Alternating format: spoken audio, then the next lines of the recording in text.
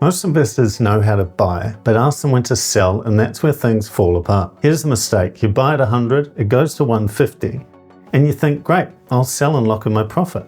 Sounds smart, right? But experienced investors see this completely differently because there's a whole set of factors: performance, dividends, tax, your portfolio as a whole, that average investors totally miss.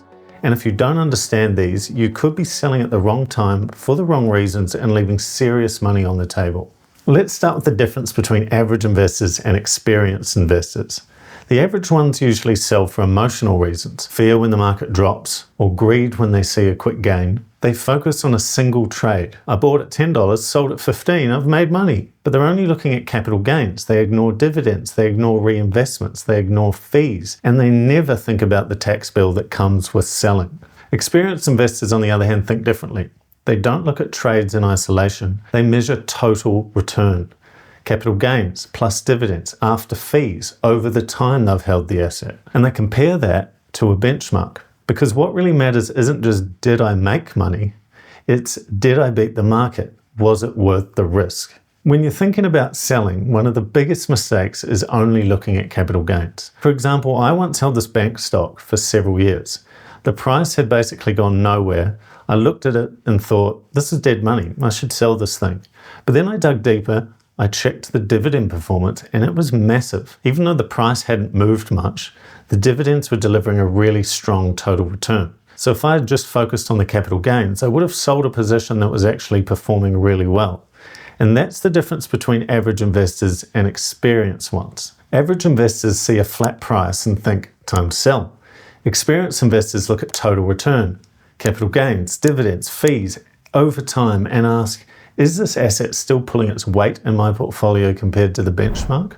So here in Navexa, we can see your return is broken down by capital gain, income return, currency gain, and your overall total return. And if we scroll down and look at some of the holdings, we can see in this FSA holding, for example, it's made a 1.89% capital gain, but a 9.45% income return, giving you an overall return of 11.34%. Now, without that income return factored in, we might have gone and sold this because 1.89% per annum isn't very good. But then combined with the income return, the total return is actually looking very decent.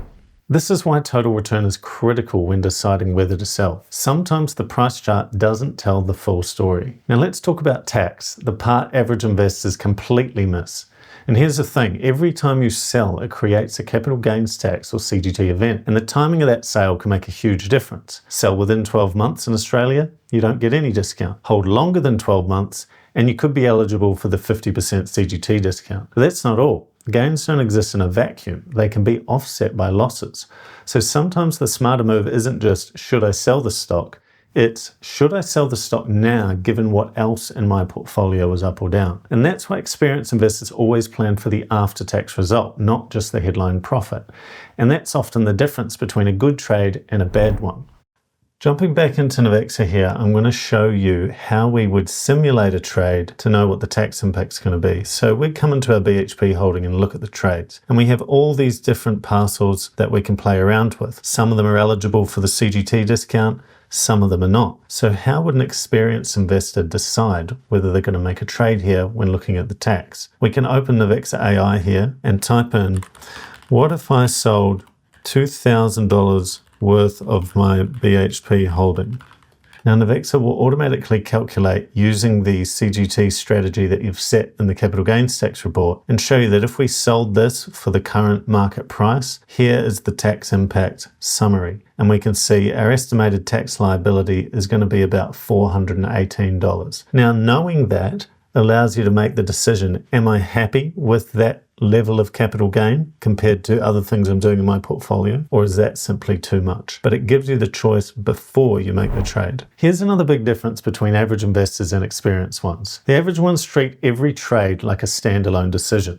They think, this stock is up, I'll sell. Or this stock is down, I'll cut my losses. But experienced investors don't just think about the stock in front of them, they think about the whole portfolio. Because when you sell one investment, it doesn't happen in isolation. It affects your risk, it affects your diversification, and it affects your tax position. Here's what I mean. Gains and losses offset each other, so selling a winning stock might make sense if you can balance it against a loss somewhere else, or holding might make sense if selling pushes your tax bill higher than it needs to be. That's why experienced investors simulate trades before they execute them. Jumping into the tax overview in Navexa, we can see for this portfolio we currently have a $3,000 capital gain. Now we can simulate the trades like we did earlier, but we can now jump into the unrealized gains report. And here we can simulate if we sold everything today, what our capital gain would be. Now we can scroll down to the capital losses section and see all the different things that if we sold today, right now, what the taxable loss would be. So if we sort this column, we might have a look and think, well, this one's about $3,000. We could sell this particular holding and cancel out a capital gain. Or maybe we'd take a look at a couple of them and make those trades to cancel out. This forward planning is what stops them from being blindsided at the end of financial year. Instead of reacting trade by trade, they make decisions with the entire portfolio in mind. So let's get into the big question. How do experienced investors actually decide when to sell? And here's the truth. They almost never make a selling decision in isolation. They use a framework or a checklist that balances three things. 1, fundamentals. Has the reason I bought this investment changed? 2, performance versus the benchmark. Is this asset still pulling its weight compared to alternatives? And 3, the portfolio and tax impact. What happens to my overall risk, allocation, and tax if I sell now? Let's break these down. Fundamentals. Experienced investors constantly reassess why they are holding something. If the company's earnings deteriorate, if management changes, if regulations shift, the investment thesis has changed, and that is a red flag. But on the flip side, if fundamentals are intact, but the price has dipped, an experienced investor might hold or even buy more. They don't sell purely on emotion. Number 2 is performance versus the benchmark. This is huge because as an experienced investor always compares their position to a benchmark. If a stock or ETF is consistently underperforming the index or an alternative asset, that's a sign the capital might be better deployed elsewhere. And they don't just look at raw returns, they look at risk-adjusted returns. For the risk I'm taking, am I being compensated? This is where a tracking tool like Navexa is super powerful because it shows you at a glance if your investments are outperforming or lagging and whether holdings still actually make sense. Number 3, portfolio and tax impact. Selling isn't just about the asset, it's about the entire portfolio. An experienced investor will ask, does selling reduce my exposure to a sector I'm overweight in? Does it free up cash for a better opportunity? Will it trigger a large taxable gain I'm not ready for? Can I offset that gain with a loss somewhere else? And they simulate the impact before pulling the trigger. This forward view is critical. It lets you plan your exit strategically instead of being blindsided.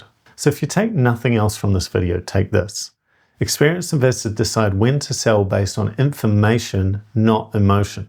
They don't just look at a price chart, they look at fundamentals, they look at performance, they look at diversification, and they look at tax. And they look at how all of it fits into their broader strategy. Knowing when to sell is one of the hardest parts of investing, but with the right data, you can operate like an experienced investor instead of an average one. So when you're weighing up a sale, remember these 4 things. 1, the fundamentals. 2, performance versus the benchmark. 3, portfolio and tax impact. And 4, always measure total return, not just capital gains. Once I started understanding the difference between everyday investors and experienced ones, like the time I nearly sold a stock that had actually made me a great income return, I started investing and building a tool to help people like us operate more like the experienced ones. Navexa helps you see total return, annualized return, diversification, and your tax position. Even simulate trades before you make them. It gives you the same kind of view experienced investors use to plan their exits. I'll leave a link below if you want to check out a 2-week free trial. Otherwise, check out our next video.